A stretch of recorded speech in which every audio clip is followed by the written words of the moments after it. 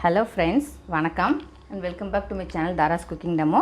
Channel first time பார்க்கறவங்க இதற்கு channel subscribe பண்ணாம இருக்கவங்க please கீழ இருக்க ரெட் கலர் பட்டன் டச் பண்ணி subscribe பண்ணிட்டு பக்கத்துல இருக்க bell icon tap பண்ணிட்டு வந்துருங்க. வீடியோக்குள்ள போயிரலாம்.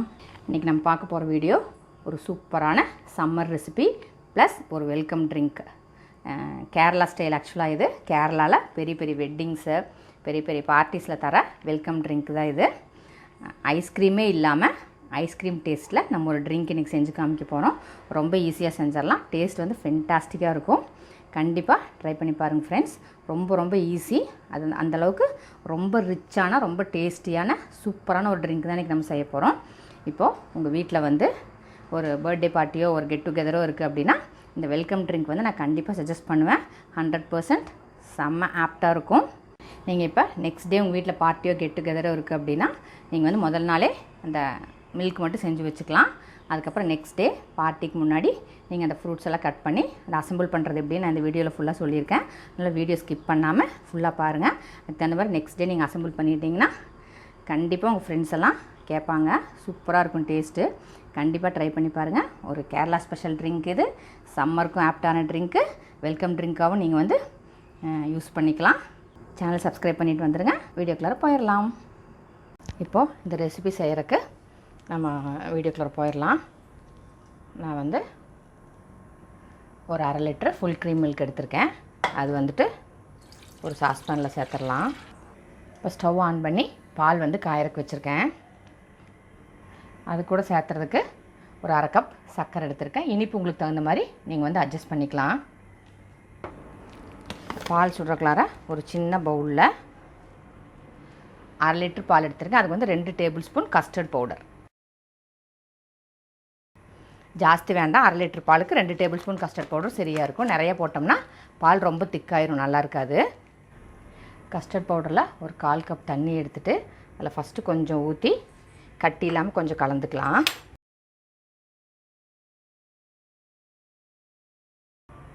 கட்டி இல்லாமல் கலந்துட்டு இன்னும் கொஞ்சம் தண்ணி சேர்த்து நல்லா கலந்து வச்சுக்கலாம். இப்போது வச்ச பால் நல்லா கொதித்து பொங்கி வருது. பொங்கி வரும்போது நம்ம வச்சுருக்க இந்த 1/2 கப் சர்க்கரை இதில் சேர்த்துடலாம். சர்க்கரை நீங்கள் வந்து உங்கள் இனிப்புக்கு தகுந்த மாதிரி நீங்கள் கூட்டவோ குறைக்கவோ செஞ்சுக்கலாம். நல்லா சர்க்கரை மிக்ஸ் பண்ணி விட்டுறலாம். சர்க்கரை கரைஞ்சி ஒரு கொதி வருது. இப்போ நம்ம எடுத்து வச்சுக்க கஸ்டர்ட் மிக்ஸு நல்லா ஒரு கலக்கிட்டு கொஞ்சம் கொஞ்சமாக ஒரு கையில் ஊற்றி சேர்த்திட்டு இன்னொரு கையில் கலந்துக்கலாம். அடுப்பு வந்து ஸ்லோவில் வச்சுக்கலாம். கொஞ்சம் கொஞ்சமாக ஊற்றிட்டு ஒரு கையில் ஊற்றிட்டே கொஞ்சம் கொஞ்சமாக இப்படி கலந்துக்கலாம். அடுப்பு வந்து கண்டிப்பாக ஸ்லோவில் தான் இருக்கணும். அடுப்பு வந்து கண்டிப்பாக ஸ்லோவில் தான் இருக்கணும். நம்ம இந்த கஸ்டர்ட் மிக்ஸ் ஊற்றுனோன்னா பால் வந்து கெட்டியாக ஆரம்பிக்கும். உடனே வந்து அடுப்பு ஆஃப் பண்ணிடக்கூடாது. ஒரு 1 to 2 மினிட்ஸ் வந்து இந்த கஸ்டர்ட் பவுடர் வந்து நல்லா வேகணும். அதனால் அடுப்பில் ஸ்லோவில் வச்சே தான் கிளறிட்டே இருக்கணும். கைவிடாமல் கொஞ்சம் கிளறணும். அப்படி சப்போஸ் இன்கேஸ் அது சரியாக வேகாமல் எடுத்துட்டோம்னா அந்த கஸ்டர்ட் பவுடரோட ஸ்மெல் வந்து நம்மளுக்கு நல்லா தெரியும். அது வந்து தெரியக்கூடாது. ஆக்சுவலாக நம்மளுக்கு அந்த ஐஸ்கிரீம் டேஸ்ட்டு தான் வரணும். அதுக்காக ஒரு 2 மினிட்ஸ் கிட்ட நல்லா வேகிற அளவுக்கு நல்லா சிம்மில் வச்சுட்டு நல்லா கைவிடாமல் கலந்து விடணும். அதே மாதிரி இன்னொரு சின்ன டிப்பு வந்து நம்ம 1/2 லிட்டர் பால் எடுத்துருக்கோம். அதுக்கு வந்து 2 டேபிள் ஸ்பூன் கஸ்டர்ட் பவுடர் கரெக்டாக இருக்கும். நம்ம ஜாஸ்தியாக எடுத்துட்டோம் அப்படின்னா பால் வந்து ரொம்ப கெட்டியாக திக்காயிரும். நம்ம செய்ய போகிற ட்ரிங்க் வந்து ரொம்ப திக்காகவும் இருக்கக்கூடாது, ரொம்ப வாட்டரியாகவும் இருக்கக்கூடாது. அதனால் அந்த கன்சிஸ்டன்சிக்கு நம்ம 2 tablespoon custard powder 1/2 litre மில்க்குக்கு சரியாக இருக்கும். ஸ்லோவில் வச்சு கொஞ்சம் நல்லா அந்த மாவு வேகிறதுக்கு ஒரு 2 மினிட்ஸ் கிட்ட வரைக்கும் நல்லா கலந்து விட்டுடலாம். ஒரு 2 மினிட்ஸ் கிட்ட நல்லா வந்து மாவு வெந்துருச்சு. கன்சிஸ்டன்சி இந்தளவுக்கு இருக்குது. இப்போ ஸ்டவ் ஆஃப் பண்ணிடலாம். ஆஃப் பண்ணிவிட்டு இது வந்து நல்லா ரூம் டெம்பரேச்சருக்கு கூல் பண்ண வைக்கணும். இப்போது நல்லா ரூம் டெம்பரேச்சருக்கு கூல் ஆயாச்சு. கன்சிஸ்டன்சி இப்படி இருக்குது. இப்போ இதை வந்து ஒரு 4 to 6 ஹவர்ஸ் வரைக்கும் ஃப்ரிட்ஜில் வச்சு நல்லா கூல் பண்ணணும். ஃப்ரீசரில் வைக்கக்கூடாது, கீழே ஃப்ரிட்ஜில் வச்சு 4 to 6 ஹவர்ஸ்க்கு நல்லா கூல் பண்ணி எடுத்துக்கலாம். 6 ஹவர்ஸ் ஆயிடுச்சு. அடுத்தது ஃபஸ்ட்டு ஸ்டெப் வந்து ஒரு டேபிள் ஸ்பூன் சப்ஜா சீட்ஸ். இது வந்து பேசில் சீட்ஸ்னு சொல்லுவாங்க. அது ஒரு பவுலில் போட்டு ஒரு 1/2 கப்பு தண்ணி ஊற்றி இது வந்து சோக் பண்ணணும் தண்ணியில். ஒரு 15 மினிட்ஸ் கிட்ட இது நல்லா சோக் ஆகணும். இப்போ நல்லா வந்து ஊறிடும். இது ஒரு பக்கம் அப்படியே தனியாக மூடி வச்சிடலாம். இது ஒரு மூடி போட்டு மூடி தனியாக வச்சிடலாம். 6 hours இது வந்து ஃப்ரிட்ஜில் வச்சு எடுத்தாச்சு. கன்சிஸ்டன்சி பார்த்திங்கன்னா இப்படி இருக்கும். இப்போ ஒரு மிக்ஸி ஜார் எடுத்துகிட்டு அதில் இதை சேர்த்துடலாம். இப்போ மிக்ஸி ஜாரில் சேர்த்துட்டு அதில் ஐஸ் க்யூப்ஸ் சேர்த்துடலாம்.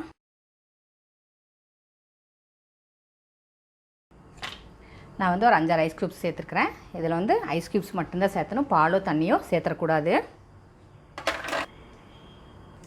இப்போ இதை மிக்சியில் வந்து ஐஸ் க்யூப்ஸ் சேர்த்தாச்சு. இப்போ இது வந்து பிளெண்ட் பண்ணிட்டு வந்துடலாம்.